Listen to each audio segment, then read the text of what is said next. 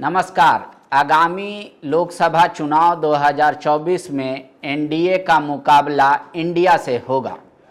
India मतलब भारत नहीं, India मतलब पहले एनडीए और यूपीए का आप जानते थे, अब यूपीए नहीं एग्जिस्ट कर रहा, लिहाजा एक नया अलायंस बनाया गया है जिसका शॉर्ट फॉर्म है इंडिया। फुल फॉर्म में आपको बताता हूँ, Indian national development inclusive alliance, ये नया नाम है। पटना में आपको याद होगा जो पहले बैठक हुई विपक्षी दलों की, उसमें 16 दल के नेता शामिल हुए थे। आज जो बेंगलुरु में बैठक हुई है उसमें 26 दल के नेता शामिल हुए हैं। मतलब कुनबा बढ़ रहा है, ये विपक्ष के लिए सुखद है। अब इसके बाद मुंबई में एक बैठक होगी और उसकी भी तारीख आपको जल्द बता दी जाएगी या सूचित कर दिया जाएगा।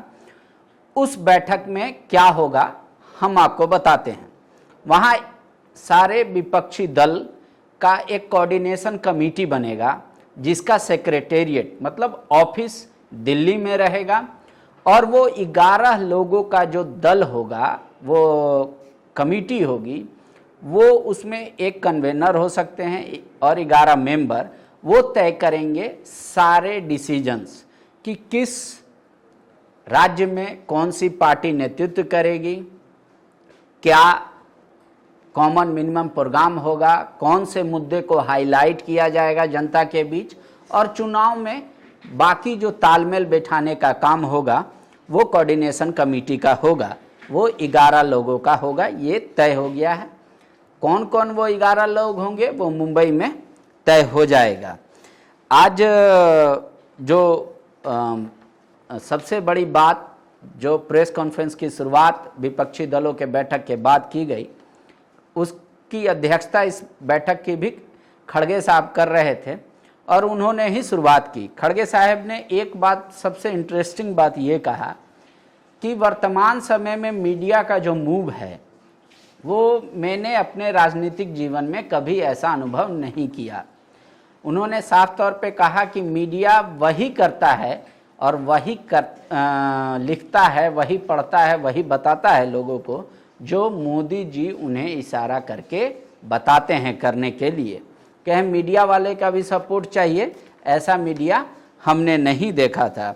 इसके अलावा ममता बनर्जी ने कहा कि ये लड़ाई जो है वो देश को एकजुट करने की है। जिस तरीके से भाजपा इस देश को टुकड़े टुकड़े में बांट रही है, सेंट्रल एजेंसी का दुरुपयोग कर रही है, चाहे वो सीबीआई हो, ईडी हो, विजिलेंस हो, उससे डराया धमकाया जा रहा है। इसी तरीके से उन्होंने कहा catch us if you can. इतना आत्मबल बढ़ा हुआ है इस बैठक के बाद ममता बनर्जी का। इसके अलावा केजरीवाल ने भी और महाराष्ट्र के एक सीएम ने भी संबोधित किया, राहुल गांधी ने भी कहा। सबने कहा कि ये लड़ाई किसी दल या किसी अलायंस के खिलाफ नहीं है, ये विचारधारा की लड़ाई है।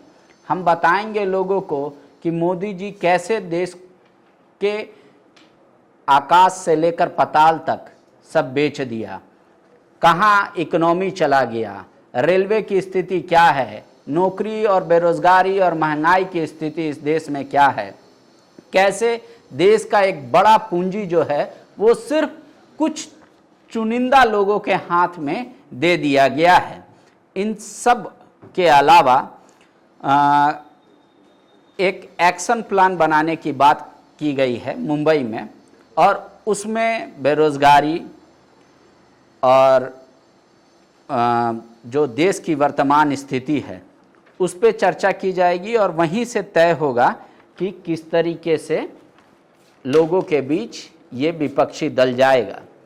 सबने एक फोकस किया कि ये विचारधारा की लड़ाई है, ये भाजपा की विचारधारा वर्सेस इंडिया की विचारधारा की लड़ाई है। कैसे इंडिया में जो डाइवर्सिटी है वही पहचान है उसकी, जिसको जानबूझकर नष्ट किया जा रहा है या नष्ट करने की कोशिश हो रही है, लेकिन ये इंडिया में संभव नहीं होगा।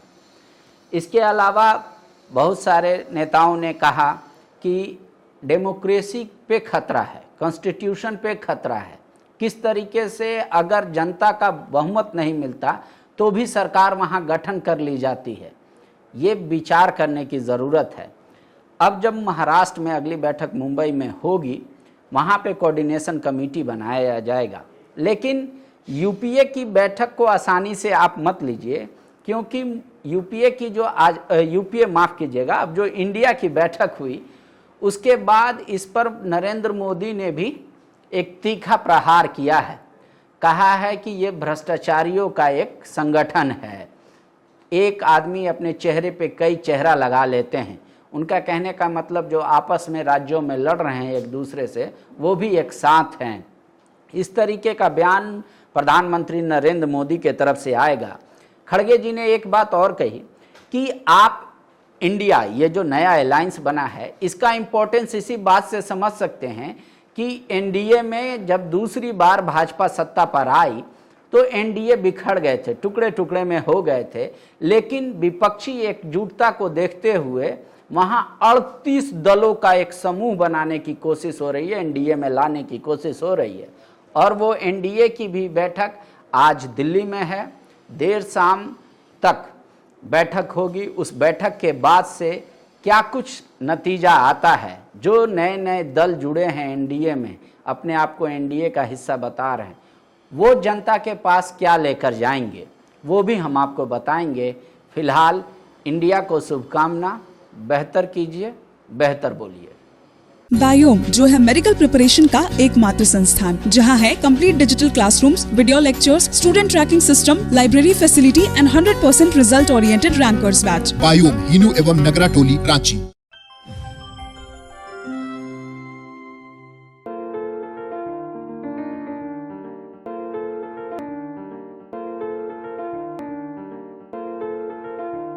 thefollowup.in. Like, share, and subscribe. www.thefollowup.in